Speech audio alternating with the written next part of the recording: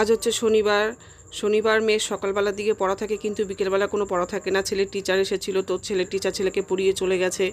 তো এখন বাজে সন্ধ্যে 7:30। ছেলের এখন খুব ইচ্ছে করছে ক্যারাম খেলতে, তাই দিদিকে নিয়ে বসে গেছে ক্যারাম খেলতে। কেননা ক্যারামটা অনেকদিন ওরা খেলে না, এই কারণে খেলে না যে গুটিগুলো হারিয়ে গেছিলো।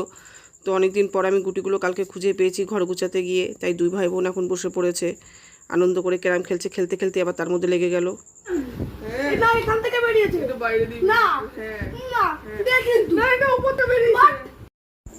তো ক্যারাম খেলা হয়ে গেছে। ক্যারাম খেলতে খেলতে দুজনের খিদে পেয়ে গেছে। তো ঘরে ভুট্টা ছিল, তো দেখো ভুট্টা দুই ভাই বোন ছেঁকে নিয়ে এসছে, এনে এবার দুই ভাই বোন ভুট্টা খাচ্ছে।